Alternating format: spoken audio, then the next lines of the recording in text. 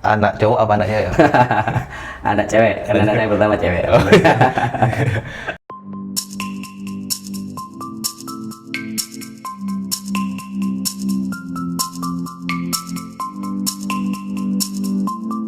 Ya mungkin ini mungkin berbicara rencana ataupun rancangan dari program studi biologi, karena sepertinya untuk di Madura jurusan biologi kayaknya yang murni memang di ISDN pokoknya. Entah mungkin ada informasi ataupun ya informasi dari luar mungkin yang ada jurusan biologi murni. Sepertinya sih masih di ISDN ini jurusan biologi murni. Nah mungkin ada apa ya Pak? Mungkin semacam strategi untuk mengembangkan program studi gitu.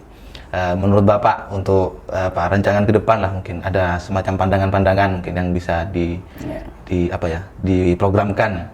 Ya. Nah, ini mungkin ada kaitannya dengan proses reakreditasi di awal ya. Ketika proses reakreditasi itu memang kita diminta untuk menganalisis SWOT. Sejauh mana kekuatan kita, kemudian kelemahan kita seperti apa, opportunity kita seperti apa, dan juga ancaman. Kalau misalnya dari segi kekuatan, memang salah satunya keunggulan kita memang karena program studi biologi di SDN memang benar menjadi satu-satunya program studi biologi yang murni yang ada di Madura khususnya. Karena di berbagai tempat itu adanya pendidikan IPA, kemudian pendidikan biologi. Setahu saya memang biologi SDN memang yang pertama. Maka itu juga menjadi strength kita, menjadi kekuatan kita. Kemudian juga yang kita paparkan juga waktu itu ketika kami diminta untuk menggali ataupun menganalisis seberapa banyak kekuatan yang kita miliki juga terkait dengan sumber daya alam yang melimpah, sumber daya yang lokal hitungnya. Karena Madura ini khususnya Sumeneb memiliki sumber daya alam yang melimpah ruah, juga bahkan banyak daerah-daerah yang seperti di kepulauan itu yang belum tereksplor. Dari itu juga menjadi kesempatan buat kita, menjadi kekuatan kita dengan berbagai SDA yang melimpah itu bisa menjadi kesempatan kita untuk belajar atau untuk artinya sumber belajar yang ada di lingkungan cukup banyak. Kemudian juga hal yang menjadi kekuatan di kita saya rasa juga bagaimana pengintegrasian ilmu sains dengan ilmu keagamaan. Sebagaimana yang kita ketahui bahwa ISDN ini kan ada di bawah naungan Pondok Pesantren Anokoya. Pondok Pesantren Anokoya sudah besar sejak lama, namanya sudah banyak terdengar di luar sana. Sehingga ketika ada jurusan yang murni itu kita bisa mengintegrasikan keilmuan sains, keilmuan biologi dengan keilmuan agama. Itu menjadi kekuatan yang menurut saya juga menjadi hal penting buat pengembangan ISDN Anokoya.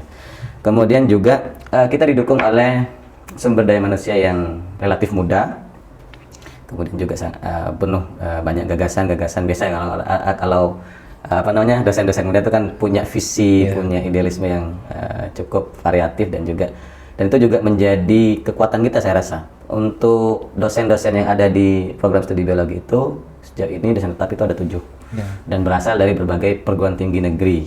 Di antaranya ada yang dari, kalau saya kan UIN Jakarta, kemudian lanjut ke UNESA Surabaya, kemudian ada juga yang dari UIN Malang lanjut ke UNER, ada juga yang full ITS, dua-duanya, ada yang UIN Malang kemudian ke Brawijaya. Artinya insya Allah kalau dari segi SDM, tenaga pengajar itu menjadi hal yang kekuatan buat kita, strength.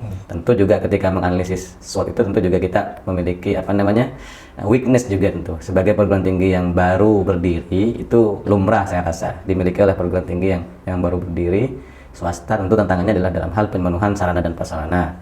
Itu tentu. Kemudian juga juga sebagai perguruan tinggi yang relatif baru itu kita perlu branding. Lebih-lebih di Anokoya kan tidak hanya, sebelumnya sudah ada perguruan tinggi agama Islam ya. Jadi tuntutan kita untuk bagaimana membranding ISDN Anokoya agar bisa lebih dikenal oleh publik. Juga ini saya sebenarnya saya anggap sebagai kelemahan karena tapi saya tidak menyalahkan ya, karena memang kultur di pondok dengan pemisahan akses pembelajaran putra putri itu buat kami prodi memang menjadi tantangan juga, menjadi kelemahan di mana kita harus mengatur bagaimana dosen itu bisa ngajar di putra dan di putri. Lebih-lebih kalau yang belum menikah kan belum bisa ngajar di harus ada SIM ya. Juga bagaimana kalau dosen putri harus ngajar di putra kan tidak bisa. Sedangkan keilmuan di biologi itu kan kita punya 4 konsentrasi, ada ekologi, kemudian ada botani, ada zoologi dan juga mikro. Kebetulan kita misalnya punya dosen di bidang mikrobiologi ataupun biologi. Namun kita tidak bisa memberikan tugas kepada dosen putri untuk ngajar di putra. Itu saya rasa menjadi kelemahan kita. Tapi tentu Anokoya tidak ingin merubah kultur yang sudah lama ya. Artinya ini juga menjadi ciri khas. Kemudian juga tentang peluang ya, tentang peluang kita memang tadi seperti yang disampaikan bahwa sebagai satu-satunya program studi biologi murni yang ada di Madura, tentu peluang kebutuhan akan pengguna lulusan kita insya Allah akan terbuka lebar. Kemudian juga kita juga, saya merasa beruntung karena Anokoya juga memiliki hubungan dengan pihak eksternal yang banyak ya, sehingga kelemahan-kelemahan seperti sarana dan prasarana yang tadi menjadi kelemahan bisa diatasi salah satunya dengan membangun mitra dengan luar untuk misalnya praktikum dan sebagainya. Dan itu saya sangat optimis karena Anokoya juga punya hubungan kerjasama yang luas dengan nama besar Pondok Pesantren Anokoya. Kemudian juga ancaman terakhir memang ini saya harus berkata jujur ya, karena memang ini kita terbuka ancamannya, diantaranya juga karena di Anokoya itu memiliki 2 perguruan tinggi yang berbeda. Tentu kita juga harus bisa bagaimana menarik minat ataupun mengajak lulusan-lulusan Aliyah, SMA yang sekiranya bisa masuk ke ST Anokoya. Karena tidak secara terus terang kita masih lebih banyak dikenal Istika. Di berbagai kesempatan juga walaupun di ST Anokoya tapi tetap dibacanya Istika begitu. Juga ancamannya mungkin ini ya, tingginya minat mahasiswa yang ingin kuliah ke luar Madura. Itu Pak. Karena juga itu terjadi pada saya ketika saya menjadi siswa waktu itu, ya saya sudah sekolahnya mondok di Madura, sehingga ya masa mau di Madura terus gitu kan. Maka saya punya keinginan untuk kuliah melanjutkan di luar Madura tentunya, karena saya butuh pengalaman, butuh banyak belajar. Ya, itu juga menjadi ancaman. Nah, selama ini juga banyak siswa-siswi Madura yang minatnya berkuliah di luar. Itu juga menjadi ancaman. Kemudian terkait dengan strategi untuk bagaimana ada pengembangan di program studi biologi ST Anokoya ini, tentu beberapa hal telah kita lakukan setelah preakreditasi. Kemudian juga kita tidak baru banget ya, beberapa bulan yang lalu kita melakukan review kurikulum dalam rangka untuk agar kurikulum yang berlaku di program studi biologi ST Anokoya itu bisa relevan sesuai dengan kebutuhan dan tantangan. Makanya kami waktu itu mengundang ahli dari Universitas Airlangga. Waktu itu dilakukan review kurikulum kurang lebih 3 hari atau ya waktu itu kalau tidak salah masa pandemi, sehingga review kurikulum itu berjalan secara daring. Nah, itu salah satu upaya kita bagaimana untuk relevansi keilmuan itu juga bisa kita update. Bagaimanapun sebagai perguruan tinggi yang baru, kita harus banyak belajar ke perguruan tinggi yang sudah lama dan juga sudah matang. Kemudian juga untuk strateginya bagaimana meningkatkan suasana akademik dengan melaksanakan seminar, workshop ataupun kuliah tamu. Kita juga sempat mengundang Dinas Lingkungan Hidup bagaimana memberikan wawasan keterbukaan kepada mahasiswa kita yang memang notabene banyak dari pondok. Sehingga kita perlu gagasan ataupun pandangan-pandangan dari luar sehingga kita bisa membuka wawasan kita lebih jauh, lebih luas. Kemudian juga untuk peningkatan hubungan kemitraan itu perlu, seperti yang saya sampaikan tadi. Perguruan tinggi swasta yang baru berdiri tentu banyak keterbatasan, maka salah satu upayanya strateginya yaitu meningkatkan mitra kerjasama. Alhamdulillah sudah banyak insya Allah, dan kalau data mungkin ada di bagian kerjasama ya. Itu juga upaya-upaya kita untuk bagaimana mengatasi kelemahan-kelemahan yang ada di kita seperti itu. Nah, ya mungkin yang terakhir nih Pak. Jadi sepertinya yang saya amati itu mahasiswa prodi biologi sepertinya terbanyak ketiga intinya dari program studi peminatannya. Minat.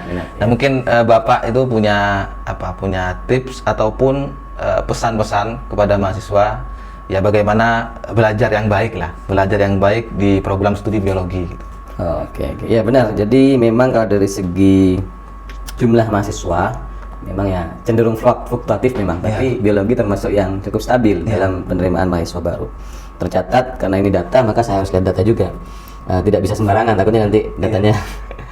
Ya, kalau misalnya dari angkatan pertama berdiri memang 2018 itu jumlah mahasiswa kita memang baru 14, kemudian meningkat menjadi 38, kemudian di tahun 2020 agak sedikit menurun, namun tidak sangat drastis karena 2020 kan memang masa pandemi. Ya, kemudian menjadi 24 dan terakhir Akhirnya di angkatan 2021 itu meningkat kembali menjadi 36. Itu kami bersyukur karena jumlah ataupun minat mahasiswa biologi itu cenderung stabil ya, walaupun naik turun ya biasa, tapi hitungannya peminatnya cukup aman lah hitungannya kita. Kalau dibandingkan dengan prodi teknologi informasi memang jauh. Teknologi informasi banyak sekali peminatnya. Kemudian kedua ada teknologi hasil pertanian dan biologi yang ada di bawah naungan Fakultas MIPA relatif terbanyak dibandingkan program studi yang lain. Dan itu saya bersyukur. Artinya effort kita untuk mendatangkan mahasiswa juga tidak begitu harus nguyung-nguyung. Tapi perlu memang ada upaya untuk meningkatkan jumlah mahasiswa kita memang. Ya salah satunya dengan promosi, kemudian juga rebranding bagaimana biologi di Anokoya itu bisa dikenal oleh publik. Makanya ketika ada review kurikulum kemarin kita me-rearrange visi karena yang sebelumnya dianggap terlalu umum dan tidak fokus. Maka ketika review kurikulum kami mendapatkan masukan dari pihak eksternal, juga melakukan diskusi-diskusi secara internal sehingga divisi kita itu di kami di biologi menjadi lebih spesifik, yaitu menjadi program studi biologi rujukan di bidang konservasi dan pemanfaatan sumber daya lokal. Jadi kita fokus di biodiversitas dan juga pemberdayaannya. Itu yang perlu kita lakukan, kami lakukan ya, bagaimana juga rebranding ini bisa terus digencarkan baik secara online maupun offline.